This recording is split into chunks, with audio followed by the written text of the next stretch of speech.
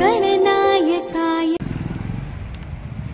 Visible policing senior officers ఆదేశాల మేరకు ఇక్కడ ఒక మొత్తం నాతో పాటు 5 ఎస్ఐలు 6 ఏఎస్ఐలు 42 మెంబర్స్ సిబ్బంది మొత్తం 50 మెంబర్స్ సహా కలిపి విజిబుల్ పోలీసింగ్ చేయడం జరిగింది. విజిబుల్ పోలీసింగ్తో పాటు మనం ఈ ఎక్సైజ్ కేసులు ఏదైతే బెల్ట్ షాపులు ఉన్నాయో అవి ఒక 6 కేసులు పట్టుకోవడం జరిగింది. గుట్కా ఏదైతే నిషేధించిన గుట్కాలు ఏదైతే అమ్ముతున్నారో ఇక్కడ ఏరియాలో లోకల్ కానీ చుట్టుపక్కల విలేజ్లలో కానీ అవి ఒక 4 కేసులు చేయడం జరిగింది. మరియు డాక్యుమెంట్ లేని వెహికల్స్ కూడా పట్టుకోవడం జరిగింది, ఒక 10 వెహికల్స్.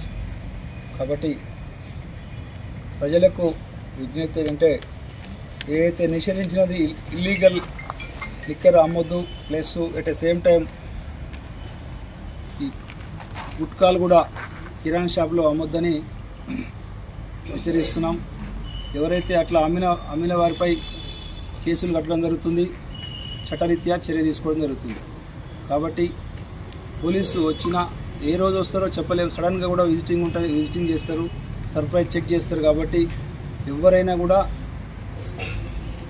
గవర్నమెంట్ ఆదేశాల ప్రకారం ఏదైతే ఉందో అదే చేయాలి తప్ప ఇల్లీగల్ బిజినెస్లు చేయొద్దని, ఇసుక కానీ ఈ యొక్క మట్టి కానీ అవి కూడా తీసుకెళ్తే ఏదైతే పర్మిషన్ ఉంటే మాత్రం దానికి మైనింగ్ పర్మిషన్ ఉంటేనే అలౌ చేస్తాం, పర్మిషన్ లేనిచో ఖచ్చితంగా కేసులు చేయడం జరుగుతుంది.